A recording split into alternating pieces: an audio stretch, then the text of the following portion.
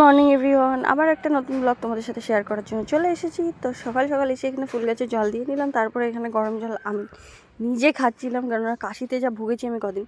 আর আমার ফুল গাছ লাগানোর আগ্রহ দেখে মাও এখানে অনেক ফুল গাছ আমার জন্য পাঠিয়ে দিয়েছিল, তার সাথে টবও পাঠিয়েছিল। তারপর ফুল গাছ লাগিয়ে নিচে এসে দেখলাম খয়রা মাছ এনেছে, আর মামা বললো পেঁয়াজ কলিগুলো একটু কেটে দিতে। তারপরে আমি আমার জন্য ডিম টোস্ট করে নিয়ে চলে এলাম। আর বিশাল এখানে ভাত খাচ্ছিলো, আর এই তো জানো খাটের পরে বসে ভাত খায় পুরো মিয়া। তো তারপরে আমি এখানে ডিম টোস্ট কিনে নিলাম।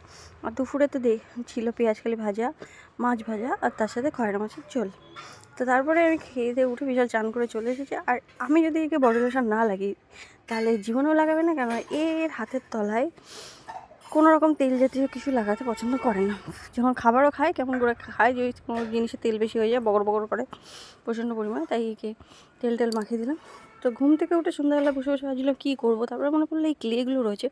আর গত বছর মামনিও বলেছিল এই বানানাটা বানানোর কথা, তো আজকে বানিয়ে ফেলাম। কেমন হচ্ছে জানিও। আর রাতে ছিল বিরিয়ানি, তো আমি এখানে সলিড চিকেন দিয়ে একটু বিরিয়ানি বানাচ্ছিলাম। আজকে একটু অন্য স্টাইলে বানালাম, আর আমরা এখানে সবাই মিলে খাচ্ছিলাম। রাতে খেলাম একটা চকলেট। তো দেখাবে নেক্সট, বাই বাই।